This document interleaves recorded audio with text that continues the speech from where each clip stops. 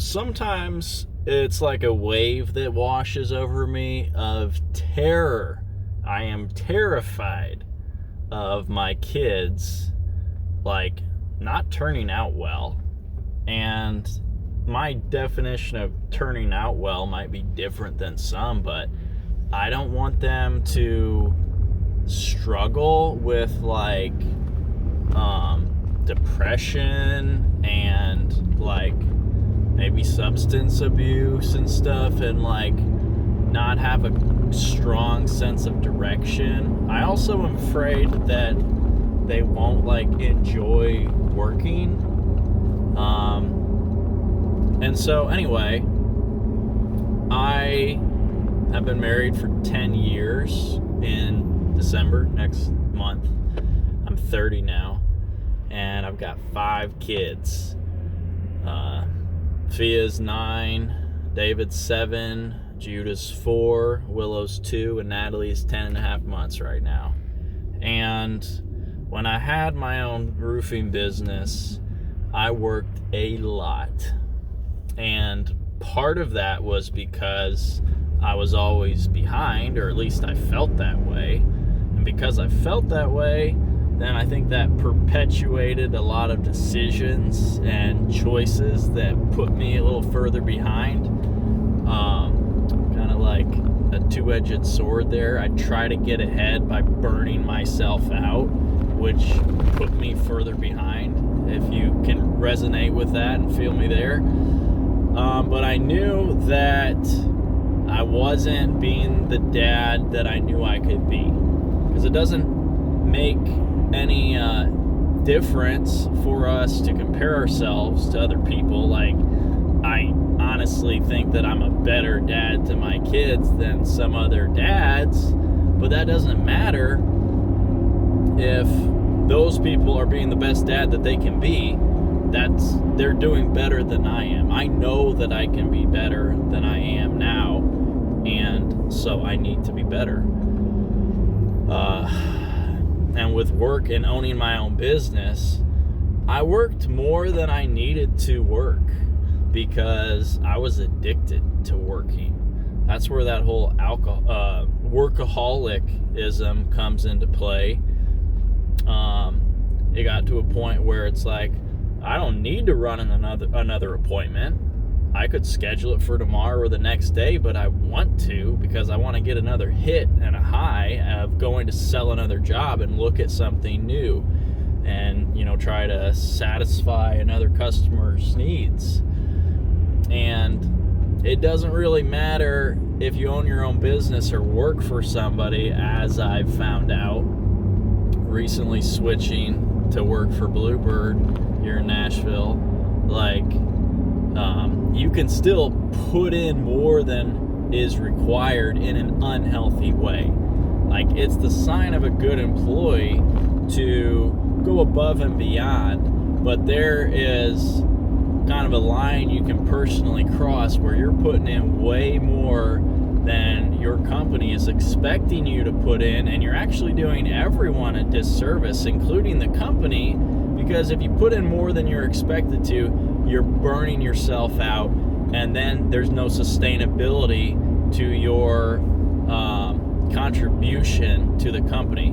You burn out, you're going to quit or fall off the deep end and think that it's the company, and you switch hoping that'll change anything, but the problem's you, right?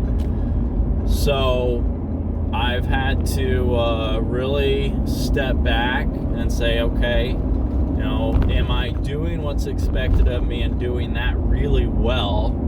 And if that's the case, then go ahead and go home and be happy about your contribution, be proud, and go spend time with your family, So I'm trying to be a better dad and balance that.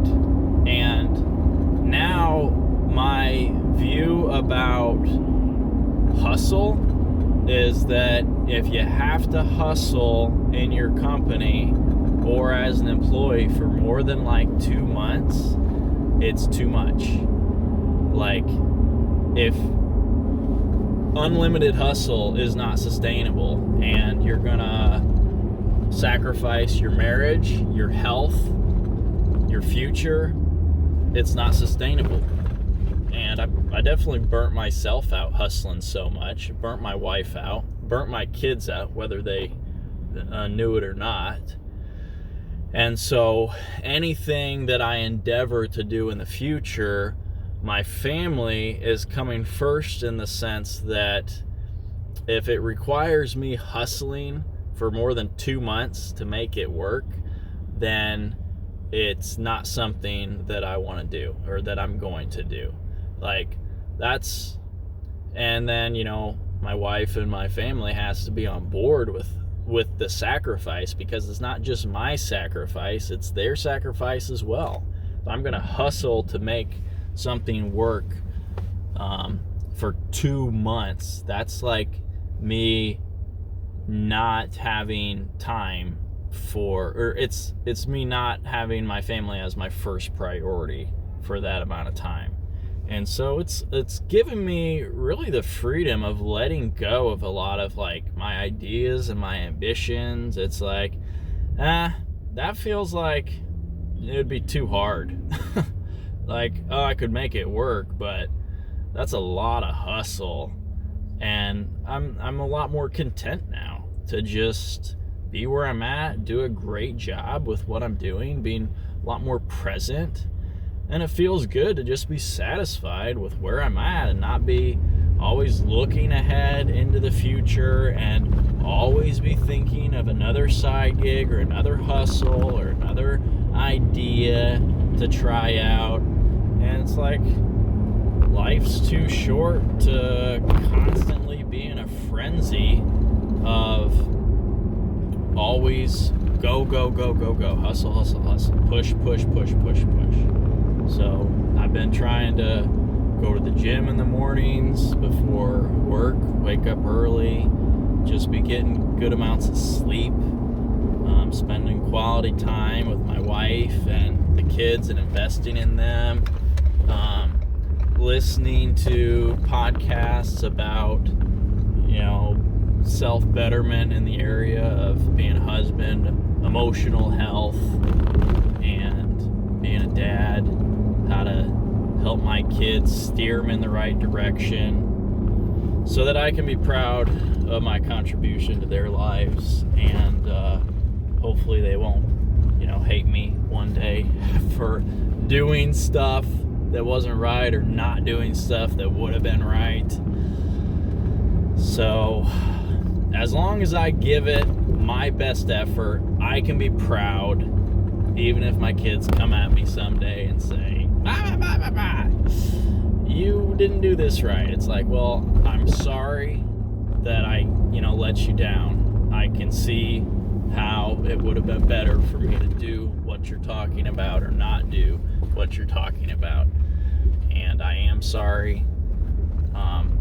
And just be able to validate their pain, right? And I don't have to make some lame excuse or take it all personally or be butthurt about it. It's probably gonna happen.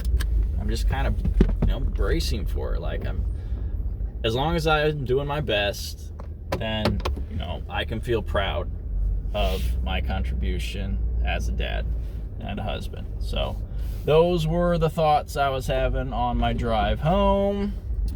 And if you notice, I didn't look at the screen very much, only at red lights and stuff. So hopefully I didn't like break any rules or laws. If I did, would you mind letting me know? Because I want to be safe, but I also want to get those thoughts out when I have them, and I've got free time on my drive, so let me know. Thanks, guys. See ya.